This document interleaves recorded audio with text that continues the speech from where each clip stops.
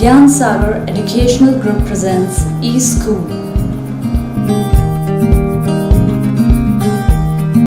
सुप्रभात बच्चों, आज हम हमारे हिंदी साहित्य की स्पर्श पुस्तिका से पाठ 1 बड़े भाई साहब का अध्ययन करेंगे।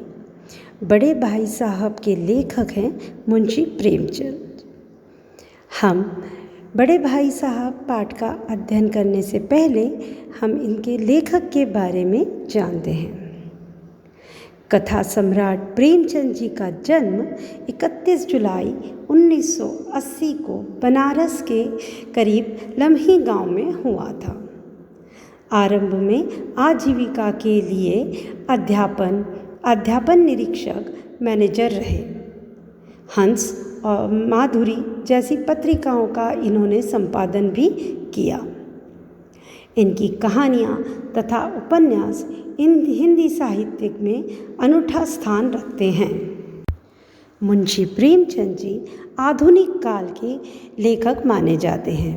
आधुनिक काल 1900 से लेकर 1984 तक के वर्ष में गिना जाता है। उसके बाद का काल उत्तर आधुनिक काल कहलाता है। हम हिंदी साहित्य में पहले भी पढ़ चुके हैं कि हिंदी साहित्य को 4 कालों में विभाजित किया गया है: आदिकाल, पूर्व मध्यकाल, उत्तर काल और आधुनिक काल। आदिकाल वीरगाथा काल कहलाता है, जिसमें वीरता की प्रवृत्तियाँ प्रधान होती है। पूर्व मध्यकाल भक्ति काल कहलाता है, जिसमें भक्ति वाली विचारधारा प्रस्तुत की गई। और उत्तर मध्यकाल, जिसे कि रीति काल कहा जाता है, इसमें थोड़ा विचारों में परिवर्तन हुआ और अपने विचारों को सूक्ष्मता लेखकों और कवियों द्वारा दी गई। लेकिन आधुनिक काल में पूरी तरह से सोच जो है लेखक की बदल गई। तो मुंशी प्रेमचंद जी इसी आधुनिक काल के लेखक और कवि माने जाते हैं। अब इन्होंने आम आदमी के दुख दर्द को बड़ी ही सुंदरता से अपने उपन्यास और कहानी में समायोजित किया है। इन्होंने अपनी सोच के माध्यम से हिंदी साहित्य की पूरी परिपाटी ही बदल कर रख दी। उन्होंने अपने रचनाओं में उन लोगों को प्रमुख पात्र बनाया जो कि जीवन और जगत में केवल प्रताड़ना और लांछन ही सहन करते आए, जिन्होंने सिर्फ अपने जीवन में दुख और दर्द ही देखा हो, उन्होंने अपने कहानी और उपन्यास, नाटक सब में मूल पात्र के रूप में सम्मिलित किया। इनका जो जीवन था वो कुछ समय के लिए फिल्मों को भी इन्होंने अपना समय दिया, परंतु उन्हें वो दुनिया रास नहीं आई और इनकी कई कृतियों पर फिल्में बन चुकी हैं।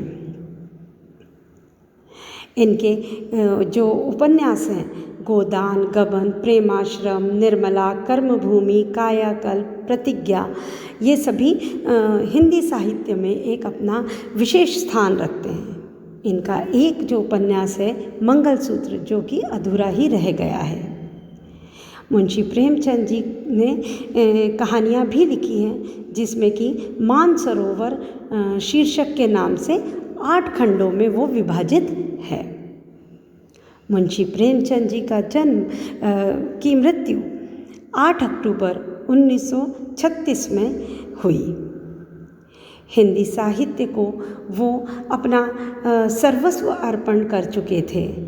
इसी आधार को बनाकर उन्होंने अपनी ये कहानी बड़े भाई साहब लिखी।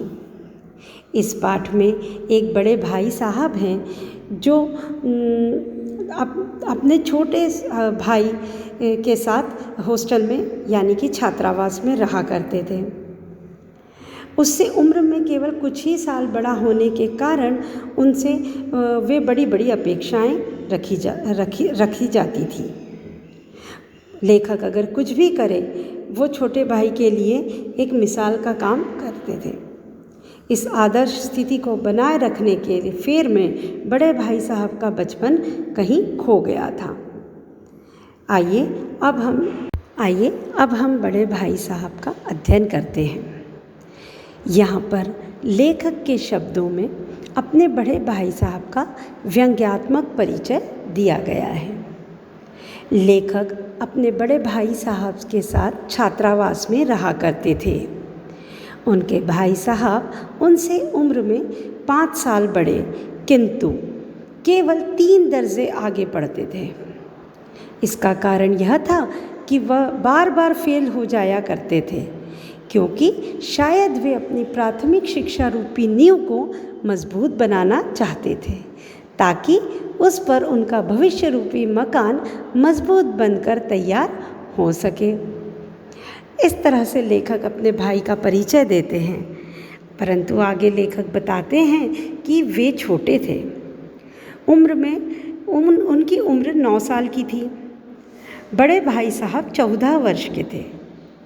लेखक आगे ये भी कहते हैं कि उन्हें यानी उनके बड़े भाई को पूरा अधिकार था कि वह लेखक पर निगरानी रख सके।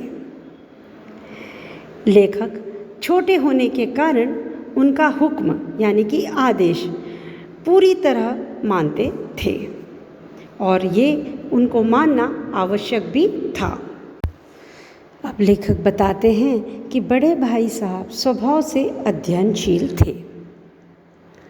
दिन भर किताबें लेकर वह अवश्य बैठे रहते, किंतु उन पर चित्रकारी करते या बेमेल शब्द लिखते रहते थे, जिनका अर्थ समझने की नाकाम कोशिश लेखक किया करते थे।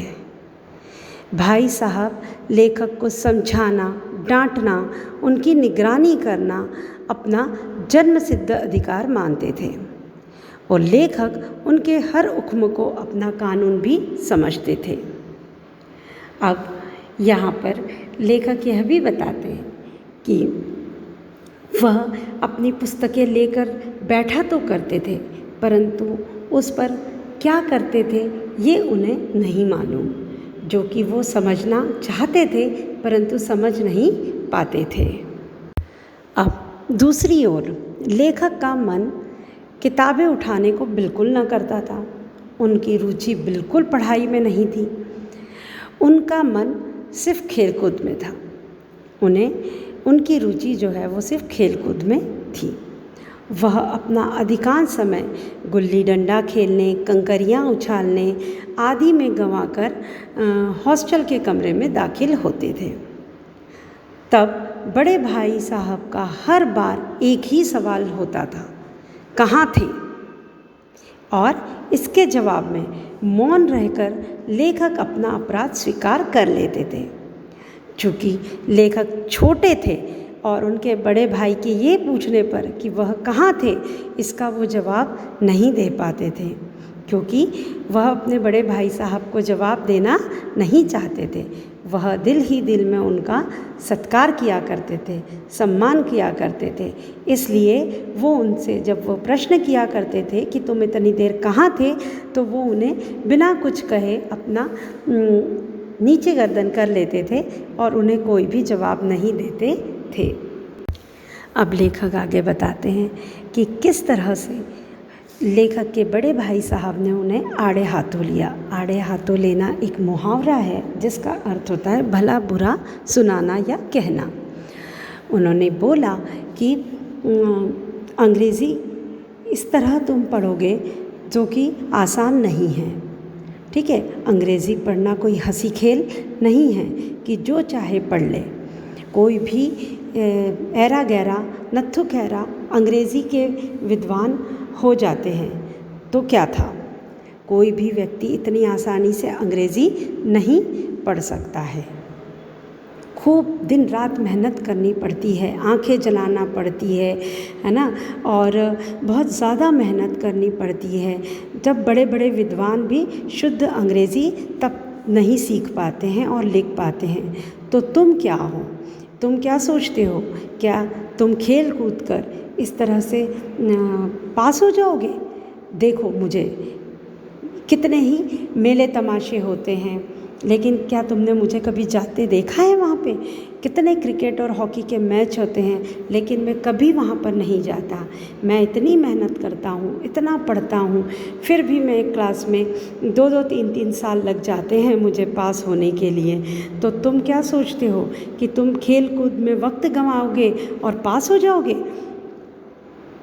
वो कहते हैं आगे कि मुझे तो 2 या 3 ही साल लगते हैं, तुम तो उम्र भर इसी दर्जे में पढ़ते रहोगे, इसी कक्षा में पढ़ते रहोगे। अगर तुम्हें इसी तरह अपनी उम्र गंवानी है ना, तो बेहतर है कि तुम घर चले जाओ और मज़े से गुल्ली डंडा खेलो। क्यों? क्योंकि यहाँ हमारे पिताजी की जो गाड़ी कमाई के रुपए है, तुम इस तरह से बर्बाद मत करो। इसलिए बेहतर ये है कि तुम घर चले जाओ। अब लेखक बताते हैं कि उनकी लताड़ यानी कि डांट फटकार सुनकर लेखक के आंसू बहने लगते हैं। लेखक कहते हैं कि उन्होंने अपराध जो किया था, पढ़ते तो थे नहीं, सिर्फ खेला करते थे। वे आगे बताते हैं कि जिस प्रकार उनके बड़े भाई मेहनत करते हैं, वे नहीं कर पाते। कहाँ से मेहनत करने की इतनी ताकत लाएं वे अपने अंदर? ये उनके आगे एक समस्या थी। अब वो कहते थे कि ये काम उनके बूते का नहीं था, यानी कि उनके बस में नहीं था। जितने उनके बड़े भाई साहब मेहनत किया करते थे पढ़ाई में, उनसे नहीं होती थी। और इतनी मेहनत करके उन्हें तो चक्कर ही आ जाते थे। अब बड़े भाई साहब ने उनके समक्ष शिक्षा का ऐसा भयंकर चित्र प्रस्तुत किया था कि लेखक ने एक बार तो पढ़ाई छोड़कर घर चले जाने की ही बात सोच ली, किंतु फिर निराशा के बादल छट जाने पर एक टाइम टेबल बनाया। उसमें उन्होंने अधिकांश समय पढ़ाई लिखाई के लिए निर्धारित किया।